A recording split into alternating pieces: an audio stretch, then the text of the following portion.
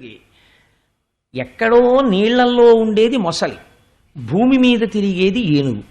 ఏనుగు ఎప్పుడు నీళ్లల్లోకి వెళ్ళి అక్కడ నీళ్లలో ఉండవలసిన అవసరం ఏనుగుకు ఉండదు. అది ఉభయచరం కాదు, అది తాబేలు కాదు, కప్ప కాదు, భూమి మీద నీటిలో కూడా ఉంటుంది అనడానికి. అది ఎక్కువ భూమి మీదే తిరుగుతుంది. ఏనుగు బలమంతా దేని మీద అంటే భూమి మీదే. నీటిలో ఏనుగు బలహీనత ఎందుకో తెలుసా అండి? దాని శరీరమే దానికి బలహీనత. కాలు జారిందనుకోండి, ఏనుగు మళ్ళీ కాలుని ఊంచుకోవడం చాలా కష్టం అవుతుంది బరువు మీద. అట్లాంటిది అసలు నీళ్లలో కిందకి వెళ్ళింది. మొసలి భూమి మీదకి వచ్చింది అనుకోండి, 10 యోజనాలు విసిరేస్తుంది ఏనుగు మొసల్ని తొండం పెట్టి. అంత బలం ఏనుగుది, స్వస్థానం భూమి. అటువంటి భూమి మీద ఉండవలసిన ఏగు నీటిలో కిందికి వెళ్ళింది. అసలు ఒకవేళ వెళ్ళింది, వెడితే మొసలి పట్టుకుంది. సహజం అది. అరణ్యంలో ఒక ప్రాణి ఇంకొక ప్రాణిని తినేస్తుంది. అరణ్యంలో ఈ క్షణంలో భరతఖండంలో ఎన్ని అరణ్యాల్లో ఎన్ని బలహీనమైన మృగాల్ని ఎన్ని బలవత్తరమైన మృగాలు తినేస్తున్నాయో. అది మృగన్యాయం. తింటే ఎలాగా? దానికి మనుష్యులు చెయ్యట్లేదా ప్రార్థన? అలాంటిది మొసలి పట్టుకుంటే ఓ ఏనుగు పురుషోత్తముడు గురించి ప్రార్థన చేసిందా? ఆ మాట చూడండి. పరీక్షిత్ అడగడం, పురుషోత్తముచే ఆరాటమిట్లు మానెను. ఒక పక్క మొసలి కొరికేస్తుంటే పొందుతున్నటువంటి బాధకి ఇది ప్రార్థన చేస్తే పురుషోత్తముడు వచ్చాడా శ్రీ మహావిష్ణువు. ఆరాటమిట్లు మానెను ఘోరాటవిలోని భద్రకుంజరమునకొన్. ఎక్కడో ఘోరమైనటువంటి అరణ్యంలో ఉన్నటువంటి బ్రహ్మాండమైన ఏనుక్కి ఎలా తీరిందయ్యా ఆరాటం? ఇది ఎలా జరిగింది? అలా మీరు 2 వాక్యాల్లో చెప్తే నా మనసు తృప్తి పడదు. బీడువారిపోయినటువంటి భూమి మీద వర్షం ఒక 5 నిమిషాలు పడి వెళ్ళిపోతే బాగుంటుందా? 2 గంటలు కురియాలి. అలా నేను సేద తీరేటట్టుగా, నా మనస్సు పులకించిపోయేటట్టుగా నాకు అసలు ఆ గజేంద్ర మోక్షం చెప్పండి అన్నారు. అంటే అప్పుడు శుకబ్రహ్మ నవ్వి, చాలా గొప్ప ప్రశ్న వేశావోయ్ పరీక్షిత్, నీకు చాలా ఆర్తి ఉన్నది, చెప్తాను వినన్నారు. ఒకానొకప్పుడు క్షీరసాగరము ఉన్నది. ఆ క్షీరసాగరం అంటే పాలసముద్రం. పాలసముద్రంలో త్రికూటాచలం అనేటటువంటి పేరు కలిగినటువంటి ఒక పెద్ద పర్వతం. ఆ పర్వతానికి 3 శిఖరములు. ఒక శిఖరము బంగారముతో చేయబడింది, ఒక శిఖరము వెండితో చేయబడింది, ఒక శిఖరము ఇనుముతో చేయబడింది. ఈ 3 లోహములతో చేయబడినటువంటి శిఖరములు కలిగినటువంటి ఈ త్రికూటాచలమునందు ఎన్ని రకాల వృక్షాలో పెరుగుతుండేవి, ఎన్ని రకాల తీగలో పెరుగుతుండేవి, ఎన్ని రకాల పళ్ళో పండుతుండేవి, ఎన్ని పుష్పములో పరిమళిస్తూ ఉండేవి, ఎన్నో సరోవరములు ఉండేవి. ఆ సరోవరములలో అరవిరిసినటువంటి పద్మముల నుంచి బయటపడినటువంటి కింజిల్కములు, ఆ పుప్పొడి ఆ కేసరముల నుంచి రాలి నీటిలో కలిసేది. కలిస్తే మనం వెంకటేశ్వర స్వామి వారికి సుప్రభాతంలో చెప్తామే, ఏలా లవంగ ఘనసార సుగంధి తీర్థం దివ్యం వియచ్చరితి హేమ ఘటేషు పూర్ణం ధృత్వాద్యవైదిక శిఖామణయ ప్రహృష్ణా తిష్టంతి వెంకటపతే తవ సుప్రభాతం అంటాం. ఏలా లవంగ ఘనసార సుగంధి తీర్థం. స్వామి నువ్వు తాగుతావని అర్చక శిఖామణులు స్నానం చేసి ఊపిరి తగలకుండా బట్ట కట్టుకుని యాలుకల యొక్క గుండ కలిపినటువంటి నీటిని మంచి తీర్థం తయారు చేసి అక్కడ పెట్టారు. దివ్యం వియచ్చరితి హేమ ఘటేషు పూర్ణం, బంగారు పాత్రలతో అక్కడ పెట్టారు. ఈశ్వర నిద్రలేచి ఆ పానీయమును సేవించు అంటారు. అలా అక్కడ ఉన్నటువంటి సరోవరాల్లో నీరు తాగుదామని ఎవరైనా విడితే ఆ ఒడ్డున ఉన్నటువంటి చెట్లు ఇలా నీళ్ల మీదకి వంగి అనేకమైనటువంటి ఫలములు పండి ఉండేవిట. ఆ చెట్ల యొక్క పళ్ళన్నీ కోసేవాళ్లు లేక పక్షులు వాలి కొడితే వాటిల్లో ఉన్నటువంటి రసాలన్నీ నీళ్లలో కలిసేవి. అరవిరిసినటువంటి పద్మాలు మా కాపవరంలో ఉంటాయి. మా కాపవరం అంటుంటాను నేను. సూర్యనారాయణ గారి కాపవరంలో ఆ శివాలయం పక్కన ఉన్న సరోవరంలో ఇంతంత ఎర్ర కలువలు పెంచారు వాళ్ళు. ఒక్కొక్క కలువ ఆ అమ్మవారి పాదాల మీద పెడితే 2 పాదాలని కమ్మేస్తుంది. ఒకవేళ కోనేట్లో ఉంటే రేపు లక్ష్మీ పూజకి తెప్పించండి అమ్మా కొన్ని కలువలు. అందుకని ఆవిడ పద్మముల చేత పూజింపబడే తల్లి కదా. ఆ ఎర్రటి పద్మములు ఎలా ఉంటాయో అలా ఆ పద్మములలో ఉండేటటువంటి పుప్పొడి నీటిలో పడి యాలుక నీరు ఎలా ఉంటుందో అటువంటి నీరు. ఇంకంతకన్నా నేను ఉపమానం చెప్పలేను, ఎందుకంటే పుప్పుడి కలిపిన నీరు ఎవరు తాగారు గనక. అందుకని అంత సుగంధభరితములైనటువంటి జలములతో ఉండేవి. ఒక జాతి జంతువులు కావు, ఎన్నో రకాలైనటువంటి జంతువులు అక్కడ ఉండేవి. అయితే ఆశ్చర్యకరమైన విషయం ఏమిటంటే, సాధారణంగా అరణ్యం గురించి చెప్తే అరణ్యంలో అందం చెప్పాలంటే నెమలిని చెప్తారు, నడక చెప్పాలంటే హంసని చెప్తారు, పరాక్రమం చెప్పాలంటే సింహాన్ని చెప్తారు. ఇక్కడేవి చెప్పారంటే ఏనుగులు చెప్పారు. ఈ కథలో అన్నారు పోతన గారు, తలగవు కొండలకైనను మలగవు సింగములకైన మార్పును కరిమిన్ గలగవు పిడుగులకైనను ఇలబల సంపన్న వృత్తి ఏనుగు గున్నల్. ఏనుగు గున్నల్ అంటే గొన్న ఏనుగులు, మంచి వయస్సులో ఉన్నాయి. అవి పెద్ద పెద్ద మందల కింద వెళ్ళిపోతుండేవి. అవి గుహల్లోంచి బయటికి వచ్చి మందలు వెళ్ళిపోతుంటే చీకట్లు వచ్చాయా అన్నట్టుగా ఉండేవి. అంత నల్లటి ఏనుగులు. ఆ ఏనుగుల గుంపు ఎలా వెళ్ళేవంటే అవి తలగవు కొండలకైనను, ఒకవేళ ఎక్కడైనా పర్వతాలు అడ్డొస్తే పర్వతాన్ని దాటి మేము వెళ్ళడం ఏమిటి, మాకు అవమానం అని అన్నీ కలిపి పర్వతాలని తమ కుంభస్థలంతో బదలగొట్టేసేవి. బద్దలు కొట్టి దాటేవి తప్ప కొండెక్కి దిగేవి వాటికి అవమానమని. తలగవు కొండలకైనను మలగవు సింగములకైన మార్పును కడిమిన్. ఇదో విచిత్రం. అసలు కల్లోకి సింహం వస్తే ఏనుగు చచ్చిపోతుంది. అలాంటి ఏనుగులు ఎక్కడైనా సింహం గర్జిస్తే ఏనుగులు తరిమేవిటాయి. ఏమిటా గర్జన మేము ఉండగా అని అలా ఘీంకరించేవి. మలగవు పిడుగులకైనను, ఆకాశంలోంచి పెద్ద ధ్వనితో పిడుగులు పడితే వీటికి కోపం వచ్చి ఆకాశం వైపుకి శిరస్సులెత్తి తొండాలెత్తి ఘీంకరించేవిట. ఏమిటా చప్పుడో అని. అందుకని పోతన గారు వాటి దేహపరాక్రమాన్ని వర్ణిస్తారు. అందుకని తలగవు కొండలకైనను మలగవు సింగములకైన మార్కొను కడిమిన్ గలగవు పిడుగులకైనను ఇలబల సంపన్న వృత్తి ఏనుగు గున్నల్.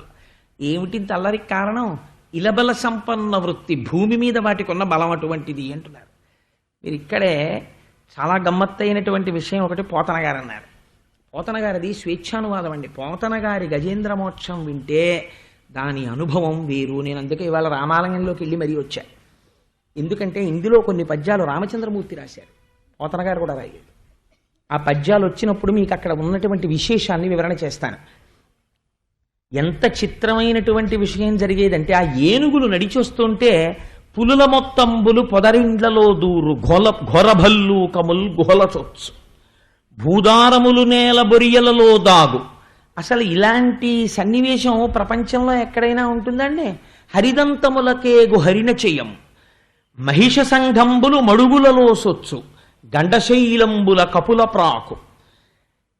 ఆ తర్వాత నీలకంఠంబులు నింగికెగయు వాల్మీకములు సొచ్చు వనభుజంగంబులు వెరచి చామరీ మృగంబులు వీచువాల చామరముల విహరణ శ్రమమువాయ భయత పరిహేల విహరించు భద్రకరుల గాలి సోకిన మాత్రాన జాలినుంది. పోతన గారికే చెల్లి పద్యం రాయడం. ఆయన అన్నారు, పులుల మొత్తంబులు పొదరిండ్లలో దూరు. ఒక పులి మిగలదుట అరణ్యంలో, ఆ ఏనుగులు బయటికి వస్తే అవి అలా ఘీంకరిస్తూ ఎడతాయి. పులుల మొత్తం పొదరిళ్లలోకి పారిపోతాయిట. ఘోర భల్లూకముల్ గుహల సొచ్చు, ఘోరమైన భల్లూకాలన్నీ గుహల్లోకి పారిపోతాయిట. భూదారములు నేల బొరియలలో దాగు, అడవి పందులు భూమిలో గోతులు తీసుకుని వెంటనే గోతిలోకి దూరిపోతాయిట. హరిదంతములకే గుహరిన చెయ్యము, దిక్కులు ఎక్కడ వరకు ఉన్నాయో అంత చివరి వరకు పరిగెత్తుకుంటూ పారిపోతాయిట జింకలు లేళ్లును. హరిదంతములకే హరిణ చెయ్యము మహిష సంగంబులు మడుగులలో సొచ్చు. నిజంగా మరి పోతన గారు ఎలా అనుభవించాడో మహానుభావుడు పల్లెటూళ్ళలో ఉన్నాడు కాబట్టి.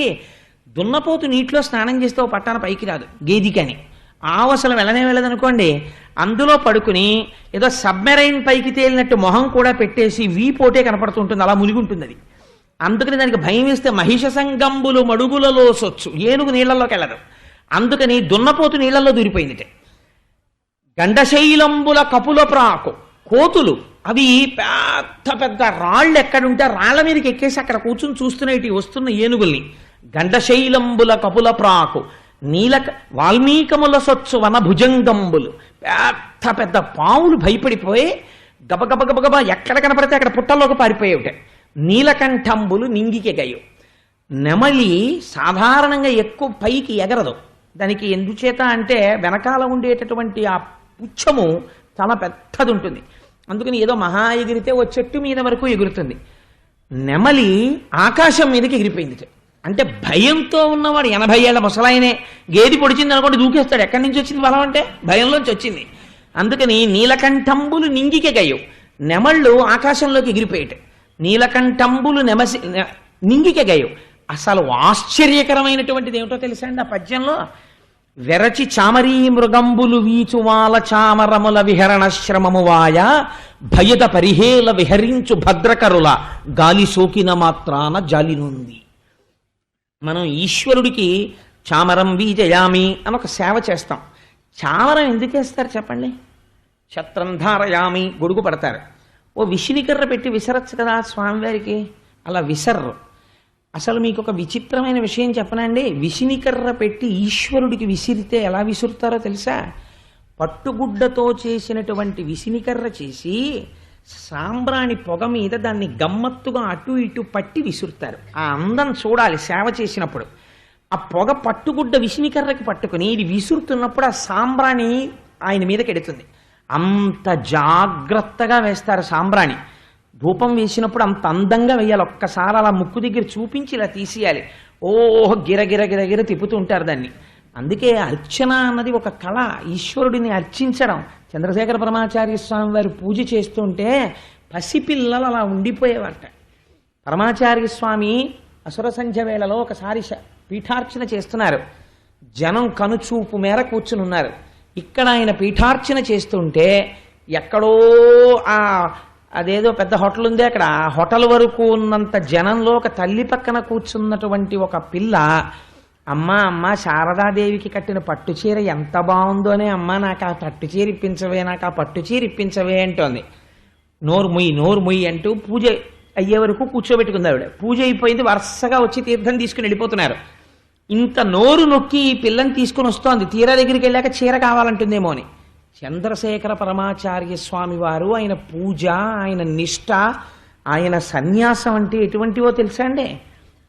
ఆ పిల్ల అక్కడ దాకా రాగానే ఆ పిల్ల నోరు విప్పలేదు, తల్లి నోరు విప్పలేదు. తీర్థం ఇస్తున్న పరమాచార్యుల వారు పాత్ర అక్కడ పెట్టేసి శారదాదేవి పాదాలకు నమస్కరించి ఆవిడికి కట్టిన పట్టుచీర విప్పి చుట్టి కళ్ళకద్దుకుని ఆ పిల్ల చేతుల్లో పడేశారు. అది చంద్రశేఖర పరమాచార్య స్వామి. ఆయన త్రికాలవేది, అన్నీ తెలుసు మహానుభావుడికి. ఈశ్వరుణ్ణి అందుకే నడిచే దేవుడని పేరు పొందారు మహాపురుషుడు. సరే, అందుచేత చామరం వేస్తాం మనం ఈశ్వరుడికి. చామరం ఎందుకు వేస్తాం చెప్పండి? చాలా మంది తెలియక చామరం ఇటు పట్టుకుంటారు. అలా పట్టుకోకూడదు చామరాన్ని ఎప్పుడు కూడా. చామరం ఒకళ్ళు వేసి ఒకళ్ళకి ఇవ్వవలసి వస్తే దాన్ని పిడి పట్టుకునే హ్యాండిల్ పక్క వాళ్ళకి ఇవ్వాలి తప్ప చామరం తాలూకా వెంట్రుకల్ని పట్టుకోకూడదు. అవి వెంట్రుకలు. చామరీ మృగము అనబడేటటువంటి మృగము యొక్క వెంట్రుకలవి. అవి చిత్రం ఒకటి ఉంటుంది ఆ చామరీ మృగానికి. దాని వెంట్రుకలతో చామరం చేసి ఈశ్వరుడికి ఇలా వేస్తే ఎంత అలసిపోయిన వాడైనా సరే ఆయన అలసటంతా పోతుంది ఒక్క చామరీ మృగం వెంట్రుకలతో విసిరితే. అందుకే ఈశ్వరుడికి సేవలన్నిటిలో గొప్ప సేవ ఏదో తెలుసా అండి? చామరం వీజయామి. ఆ చామరం వేయడమే గొప్పది. అంత అందంగా వెయ్యాలి ఆ చామరం వేసినప్పుడు. అందుకే అది ఇలా తగిలితే చాలు గాలి, కొన్ని కోట్ల జన్మల పుణ్యం. ప్రతి ఇంట్లో చామరం ఉండాలి అసలు. సరే, అందుచేత ఇక్కడ ఏనుగులకి చామరం ఎలా వేశారో తెలుసా అండి? అవి భయద పరిహేల విహరించు భద్రకరుల గాలి సోకిన మాత్రాన జాలి నుండి. చామరీ మృగం వెంట్రుకల గాలి సోకితే ఈశ్వరుడి కలతట తీరుతుంది. ఈ ఏనుగుల యొక్క విహారం చూసి వీటి భయంకరమైనటువంటి ఆ విహారము యొక్క గాలి సోకగానే ఏనుగులన్నీ నిలబడితే చామరీ మృగాలన్నీ వచ్చి వాటి చుట్టూ నిలబడి వాటి తోకలెత్తి, వాటి తోకలకుంటాయి వెంట్రుకలు, ఆ తోకలతో వాటికి విసిరేవిట. వెరచి చామరీ మృగంబులు వీచువాల చామరముల తమ తోకలనే చామరాలతో విసిరేవిట. ఎంత గొప్ప సేవలు అందుకున్నాయో చూడండి ఆ ఏనుగులు. మరి అటువంటి ఏనుగులకి అధినాయకుడు ఒక ఆయన ఉండేవాడు. మరి ఆయన ఎంత గర్వంగా ఉంటాడండి ఇంకా ప్రపంచంలో. ఇలాంటి స్థితి అయితే ఏమండి మీరు ప్రారంభించేటప్పుడు మన కథ అన్నారు, మరి ఏనుగు కథ చెప్తున్నారు కదా అని మీకు అనుమానం రావచ్చు. మన కథ అని ఎలా నిరూపించవచ్చు అంటే, క్షీరసాగరంలో త్రికూటం ఉంది. క్షీరసాగరం అంటే ఈశ్వరుడు. ఈశ్వరుడు ఎక్కడున్నాడు? ఇక్కడే. నీవారస్సూకవత్తన్వి పీతాభాస్వత్యనూపమ రోజు చెప్తున్నాం కదా, ఇక్కడే ఉన్నాడు ఈశ్వరుడు హృదయ గుహలో. ఇక్కడ ఉన్నటువంటి ఈశ్వరుణ్ణి ఆధారం చేసుకుని ఈ శరీరం అంతా ఉంది. ఇదే త్రికూటాచలం. దీనికి 3 శృంగములు ఉన్నాయి, 3 కొమ్ములు. అవే బంగారు శిఖరము, వెండి శిఖరము, ఇనప శిఖరము. ఇవే సత్వగుణము, రజోగుణము, తమోగుణము. సత్వగుణం ఉన్నప్పుడు కాస్త భక్తిగా ఉంటాడు, ప్రశాంతంగా ఉంటాడు. రజోగుణం ఉన్నప్పుడు కోరికలతో ఉంటాడు. తమో గుణం ఉన్నప్పుడు నిద్రపోతూ ఉంటాడు. కాబట్టి ఈ 3 గుణాలు, లేదా జాగృత, స్వప్న, సుషుప్తి 3 అవస్థలు, ఈ 3 అవస్థలతోటి తిరుగుతూ ఉంటాడు. ఎప్పుడు ఈ 3 శిఖరాల మీద తిరుగుతూ ఉంటాడు.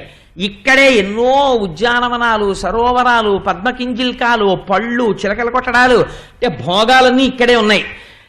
మామిడికాయలు వచ్చేటప్పటికి ఆవకాయ ఎట్టుకుందామా, మాగాయ ఎట్టుకుందామా, తొక్కుడు పచ్చడి ఎట్టుకుందామా, నూపిండి ఆవకాయ ఎట్టుకుందామా, కాయ ఆవకాయ పెట్టుకుందామా. ఒక్క నాలుక రుచి కోసం ఒక మామిడికాయని ఎన్ని రకాలుగా మారుస్తారో చూడండి. ఎక్కడి నుంచి వచ్చాయి అవన్నీ బయట లేవు, ఇక్కడ ఉన్నాయి ఆ కోరికలన్నీ. అందుకని భోగస్థానములన్నీ ఇక్కడున్నాయి. ఇవి తృప్తి పడితేనే తృప్తి. అందుచేతనే ఇక్కడ ఈ త్రికూటాచలంలోనే అన్నీ ఉన్నాయి. ఇది తిరుగుతున్నవాడెవరు? జీవుడు తిరుగుతున్నాడు. ఈశ్వరుని యొక్క భక్తితో లేకుండా కేవలము నా అంతటి వాణ్ణి నేనన్న స్థితితో తిరుగుతున్నాడు. ఇదే ఏనుగులు తిరగడం. ఇలా తిరుగుతున్నటువంటి ఏనుగులకి దాహం వేసింది. అంటే ఇవి సంసారంలో ప్రవేశించాయి. ప్రతి మనిషికి ఒక వయస్సు వచ్చిన తరువాత ఈశ్వరానుగ్రహంగా కొన్ని లక్షణములు ఏర్పడతాయి. అవి ధర్మబద్ధం చేసుకుని ఆ కోరిక తీర్చుకోవడానికి సంసార ప్రవేశం చేస్తాడు గృహస్థాశ్రమంలోకి. అందుకని అది నీటి మడుగులో నీరు దాహం తీర్చుకోవడానికి వెళ్ళింది. గృహస్థాశ్రమంలోకి వెళ్ళిన వాడు ఎందుకు వెళ్ళాలి గృహస్థాశ్రమంలోకి అంటే? ధర్మపత్నిని పొందుతున్నాడు. ఇద్దరూ కలిసి ధార్మిక కార్యక్రమాలు చేసి ఈయన్ని ఆవిడ తరింప చేసుకోవాలి. కర్దమ ప్రజాపతి, దేవహూతిలాగా. కానీ ఈయన ఏం చేస్తాడో మీరు ఎదర చూద్దరు కానీ. అందుకని ఇప్పుడు ఏనుగులన్నీ ఏం చేశాయి? బయలుదేరి వెళ్ళిపోతున్నాయి. పోతన గారు అన్నారు, ఈయనొక్కడు దారి తప్పాడు కొన్ని ఏనుగులతో అన్నారు. ఎందుకు దారి తప్పాడు? మరి రోజూ తిరుగుతున్న అరణ్యమే కదా అన్నారు. ఎందుకు దారి తప్పాడో మేము చెప్తాను చూడండి అన్నారు వ్యాసుల వారు. ఆ ఏనుగు రాజు. దానికి భార్యలు ఎంతమందో తెలుసా అండి? కొంచెం జాగ్రత్తగా వినండి మీరు ఆ సంఖ్య. ఆ ఏనుగు యొక్క భార్యల సంఖ్య 10 లక్షల కోట్లు. అంతమంది భార్యలు పరివేష్టించున్నారు ఆ ఏనుగుని. ఆ ఏనుగుకి భార్యలంతమంది ఉంటే ఇంకా బంధువులును అయినవారు, స్నేహితులు, రాజు కాబట్టి పరివారము, వీళ్ళు ఎంతమంది ఉండుంటారో మీరు ఆలోచించండి. జీవుడు ఒక్కడే ఎంతమంది భార్యలు, ఎన్ని శరీరాలు ఎత్తాడో లేరు. 10 లక్షల కోట్ల మంది భార్యలు. ఇంతకు ముందు కుక్కగా ఉన్నప్పుడు ఆడకుక్క నా భార్య, ఇంతకు ముందు నేను బావురు పిల్లిగా ఉన్నప్పుడు ఆడపిల్లి నా భార్య. ఇక్కడ లేదు కాబట్టి ధైర్యంగా చెప్పేస్తున్నాను, ఈ జన్మలో మా ఆవిడ, మా ఈశ్వర నా భార్య. అందుకని ఏమైంది? ఒక్కొక్క జన్మలో ఒక్కొక్క భార్య. ఈశ్వరానుగ్రహం ఉంటే ఈ జన్మతో ఈ భార్యలు, ఈ గొడవలు లేకుండా వదిలిపోతే అంతకన్నా అదృష్టం లేదు. అందుకని ఏమైంది? కాబట్టి 10 లక్షల కోట్ల మంది భార్యలు, ఇంతమంది భార్యలు, ఇంత పరివారంతో తిరుగుతున్నాడు. వీళ్ళందరూ నా వాళ్ళు, నన్ను రక్షిస్తారంటున్నాడు. వీళ్ళేం చేస్తున్నారు? ఆదమరిపిస్తున్నారు. ఎలా మరిపిస్తున్నారో తెలుసా అండి? కొంతమంది వెళ్ళి తామర పువ్వులు తీసుకొచ్చి ఆయన మీద పెట్టారట. పెడితే ఇప్పుడు ఆయనకి ముందు నీళ్లు పోశారు. ఎక్కడి నుంచో కాసిన అక్కడ దొరికినటువంటి నీళ్ళట్టుకొచ్చి పోశారు. పోస్తే కానీ తాగడానికి కావలసినన్ని నీళ్లు కావవి. ఆ నీళ్లు పోస్తే ఆయన నీటితో కూడినటువంటి సెలయేళ్లు ప్రవహిస్తున్న పర్వతంలా ఉన్నాడు. కొంతమంది అక్కడ ఇక్కడ పూసిన పువ్వులు తెచ్చి ఆయన మీద పెట్టారు. పువ్వులతో శోభిస్తున్న కొండలా ఉన్నాడు. పువ్వులతో చేయడం ఏమిటని ఇంకొంచెం ముందుకెళ్లాలనుకున్న వాళ్ళు పద్మగంధమును, పుప్పుడిని తీసుకొచ్చి ఆయన మీద జల్లారు. ఇప్పుడు ధాతువులతో శోభిల్లుతున్న కొండలా ఉన్నాడు. ముచ్చుపు చిప్పలేరు ఆయన మీద జల్లారు కొంతమంది. ఇప్పుడు ఆయన్ని చూస్తే మంచి మరకత మాణిక్యాలతో శోభిస్తున్న పర్వతంలా ఉన్నాడు. కొంతమంది పెద్ద పెద్ద లతలు, తూండ్లు తీసుకొచ్చి ఆయన మీద వేశారు. నాగభూషణుడైనటువంటి పరమశివుడిలా ఉన్నాడు. ఇంతమంది ఇన్ని కానుకలు ఇచ్చి నీకన్నా మాకెవరున్నారంటుంటే పొంగిపోతున్నాడు. ఇదే దారి తప్పాడు. అంటే ఎందుకు వచ్చాడో సంసారంలోకి మర్చిపోయాడు. ఇప్పుడు ఏమైంది? తిరిగాడు. నీటి కోసం వెతికాడు. చిట్ట చివరికి ఒక సరోవరం కనపడి, అద్భుతమైనటువంటి సరోవరం. అదే సంసారం. దీన్ని ఒడ్డు నుండి నీరు త్రాగాలి అంటే ఎందుకు అందులో ప్రవేశించాడో గుర్తు పెట్టుకోవాలి. కానీ ఈయన ఏం చేస్తున్నాడు? సరోవరం కనపడగానే పొంగిపోయి, అబ్బా ఎంత బాగుందో ఈ సరోవరం అనుకున్నాడు. అంతకుముందు అందులోకి ఎవరూ ప్రవేశించినట్లు ఆధారాలు లేవు. దాని నిండా పద్మాలే, చుట్టూ చెట్లే. ఆ చెట్ల యొక్క నీడ ఆ నీటిలో కనపడుతోంది. అరవిరిసినటువంటి పళ్ళు, రొద చేస్తున్నటువంటి జంకారం చేస్తున్నటువంటి తుమ్మెదలు, అందులో రకరకాలైన చేపలు, ఎండ్రకాయలు, మొసళ్ళు ఇలాంటివన్నీ ఉన్నాయి. అంత నీటిని చూడగానే పొంగిపోయింది ఆ ఏనుగు. తన భార్యలందరితో కలిసి ఆ నీళ్లల్లో దిగాడు.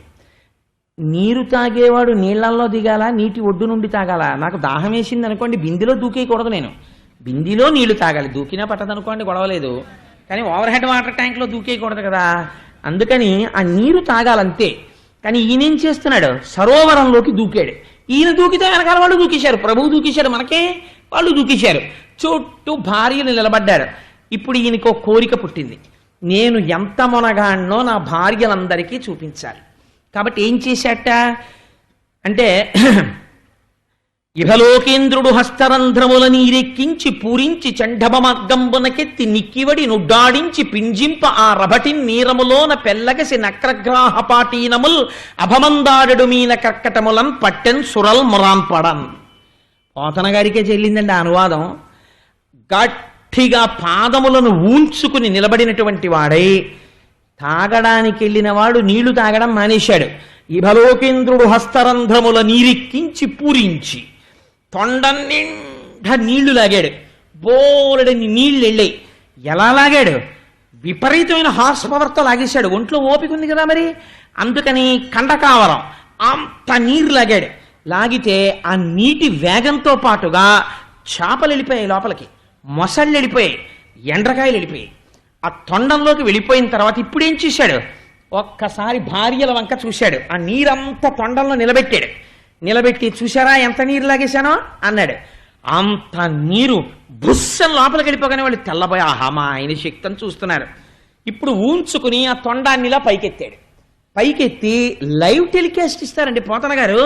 ఇభలేకేంద్రుడు హస్తరంధ్రముల నీరెక్కించి పూరించి చండభ మార్గంబునకెత్తి నిక్కివడి నుడ్డాడించి పింజింప, ఇలా పెట్టి బాగా బలం ఊంచుకుని ఇప్పుడు మళ్ళీ ఆ తొండాన్ని పైకెత్తి హుస్ అని ఆకాశం మీదకిసిరాడు నీళ్లు.